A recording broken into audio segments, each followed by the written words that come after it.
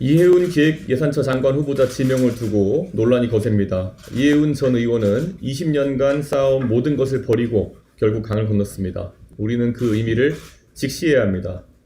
거국 내각은 보통 정권 말기에 레임덕 국면에서 등장하는 유화책입니다. 그런데 이재명 대통령은 정권 초기부터 이런 파격적인 확장 전략을 펼치고 있습니다. 이는 위기감에서 나온 것이 아니라 자신감의 발로입니다. 반면 보수 진영은 그동안 내부 동질성 강화만 외쳐왔고 이제 더 이상 외연 확장이 불가능해졌습니다.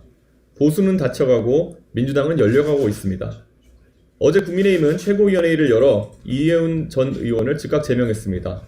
당내에서는 사상 최악의 해당 행위, 일제 부역과 다름없다라는 격한 비난까지 쏟아졌습니다. 탈영병에 목을 치고 배신자로 손가락질하는 것이 지금 우리가 해야 할 일입니까? 지금은 이해운 전 의원을 배신자로 몰아설 때가 아니라 보수 진영이 국민께 매력적인 비전과 담론을 제시하며 희망을 드려야 할 때입니다.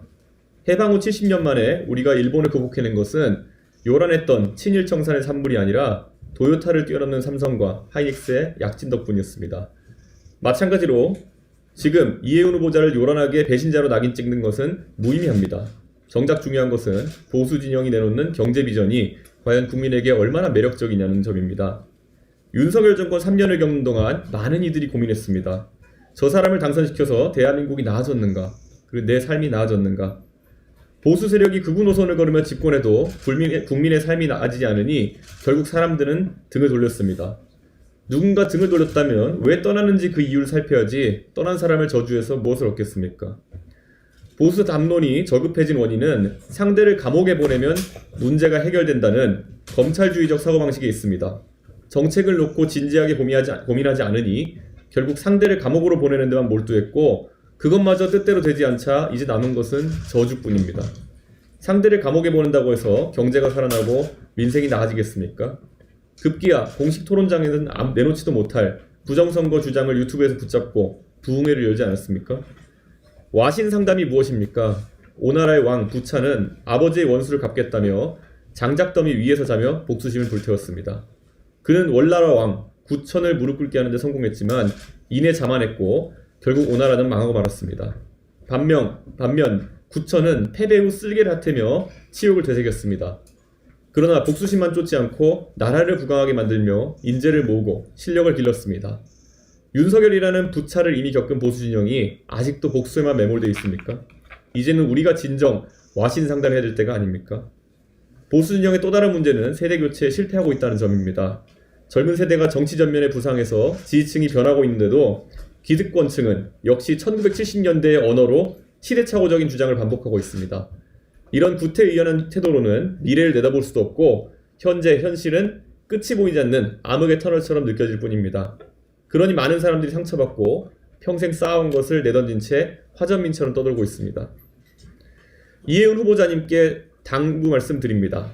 저는 과거에 다른 장관 후보자에게 본인의 소신과 대통령의 뜻이 충돌하면 대통령의 뜻을 따르라고 조언한 적이 있습니다. 그러나 이해운 후보자에게는 이번만큼은 자신의 소신대로 예산 정책을 힘있게 추진해보라고 주문하고 싶습니다.